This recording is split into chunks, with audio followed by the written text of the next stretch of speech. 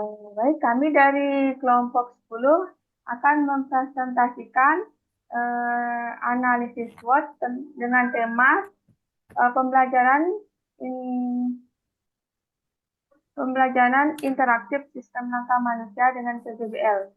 Sebelumnya, eh, kami akan izinkan kami untuk memberi salam Om Swastiastu, wassalamualaikum warahmatullahi wabarakatuh, salam kebajikan, eh, salam nama budaya, salam harmoni. Baiklah, Salam kami harmoni. kami akan memulai presentasi kelompok kami. Sebelum memulai presentasi, izinkan saya memperkenalkan kelompok saya. Yang pertama yaitu Fahriza Rizky Maulana. Yang kedua adalah Muhammad Kabul. Yang ketiga adalah saya sendiri, Nima Deria Hatimi. Keempat ialah Angelia Ega Fikri. Nah, saya akan mempresentasikan bagian dari SWOT yaitu strength atau kekuatan. Nah, kekuatan yang terdapat dalam video yang kami analisis yaitu yang pertama adalah game. Di dalam video itu terdapat media pembelajaran yang berupa game, edukasi yang bisa membantu siswa untuk memahami materi pelajaran dengan lebih mudah karena menggunakan game sebagai medianya. Jadi game dalam video tersebut membantu siswa mempelajari materi pembelajaran. Seperti yang kita ketahui, game itu sangat memberi daya tarik tersendiri bagi anak-anak. Jadi, dengan game sebagai media pembelajaran akan membuat siswa lebih tertarik dan berminat untuk mempelajari materi yang diajarkan.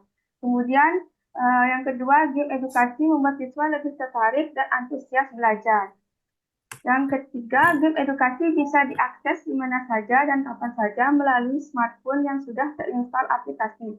Jadi game edukasi itu bisa di-download melalui Play Store bagi yang mempunyai Android. Jadi bisa digunakan di mana saja, baik itu di rumah maupun di sekolah. Kemudian, kuisis dapat membantu guru dalam melakukan asesmen sumatif akhir untuk mengetahui hasil dari pembelajaran. Jadi, dalam video tersebut, guru menggunakan kuisis sebagai asesmen sumatif untuk mengetahui hasil capaian yang diperlihatkan siswa setelah melakukan pembelajaran. Jadi, guru dapat mengetahui tingkat pemahaman siswanya. Kemudian, penggunaan teknologi sebagai media pembelajaran membuat siswa terlibat aktif dalam pembelajaran.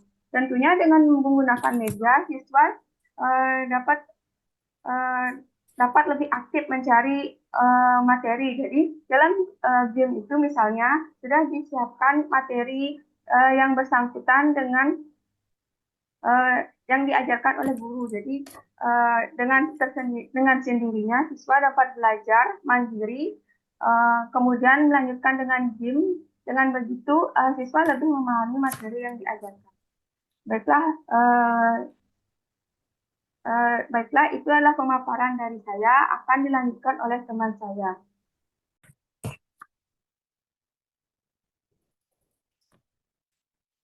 Baik, di sini saya akan melanjutkan dari pembahasan dari rekan saya, yaitu membantu dalam mencapai tujuan dari luar.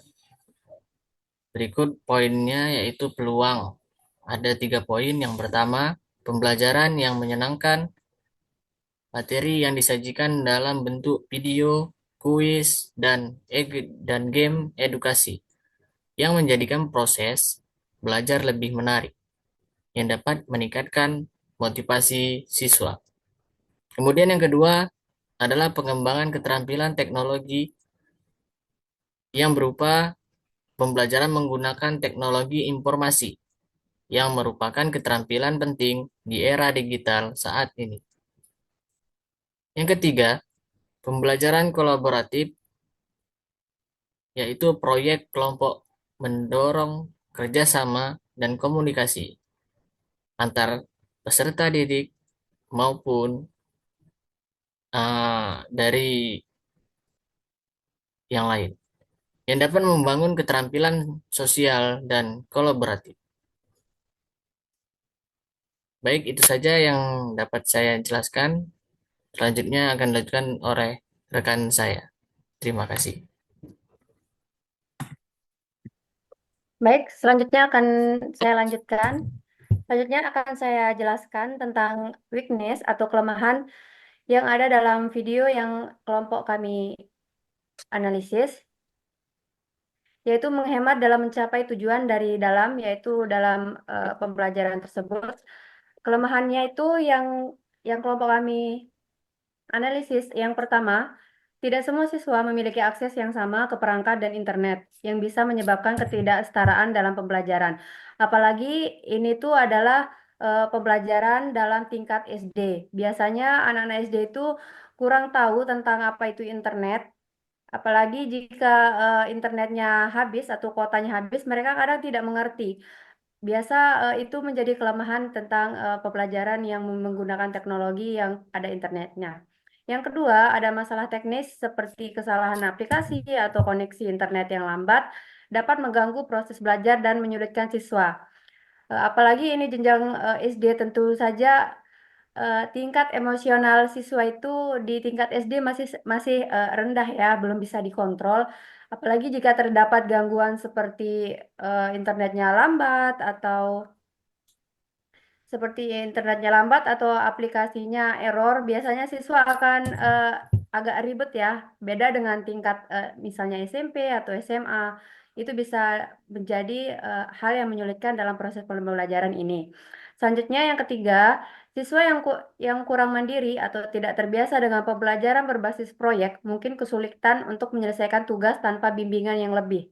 Maksudnya di sini ada berbagai Maksudnya di sini tingkat pemahaman siswa itu tentu saja berbeda-beda. Ada siswa yang bisa bisa lebih mengerti hanya dengan teori, ada yang bisa lebih mengerti dengan praktek langsung. Hal ini menjadi tidak keseimbangan di antara semua murid karena tidak semua murid bisa cepat mengerti dengan adanya praktek langsung, apalagi di satu kelas itu hanya ada satu guru dan siswanya itu banyak. Biasanya satu guru yang menjelaskan belum tentu semua siswanya itu bisa langsung mengerti. Hal itu yang bisa menghambat proses pembelajaran dalam video yang kelompok kami amati. Kemudian akan dilanjutkan oleh rekan saya.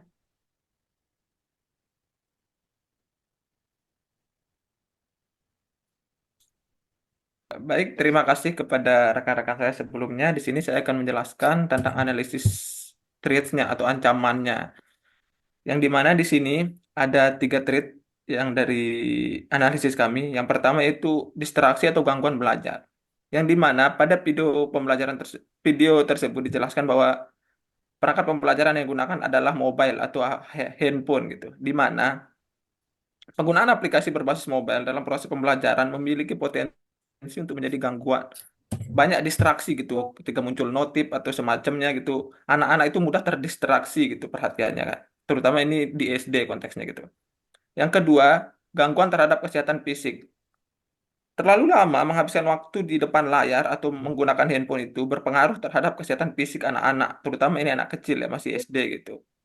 Baik itu dari masalah penglihatannya, nanti di posisi duduknya yang kurang tepat itu berpengaruh pada postur tubuhnya dan lain sebagainya gitu. Yang ketiga ada kecanduan terhadap teknologi. Penggunaan handphone yang berlebihan, terutama memiliki fitur game atau elemen-elemen yang menarik perhatian anak, dapat menyebabkan ketergantungan atau kecanduan teknologi. Di mana sering sekali kita dengar berita mungkinnya ada anak yang kecanduan handphone dan gamesnya gitu. Itu salah satu dampak buruknya gitu, ancamannya dalam penggunaan media pembelajaran yang seperti ini.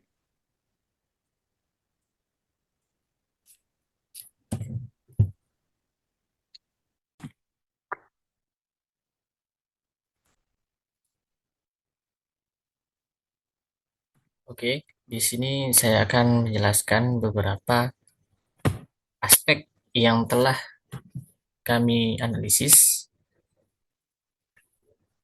berupa ketersediaan. Jadi beberapa aspek yang kami analisis ada 6, yaitu yang pertama jenis teknologi,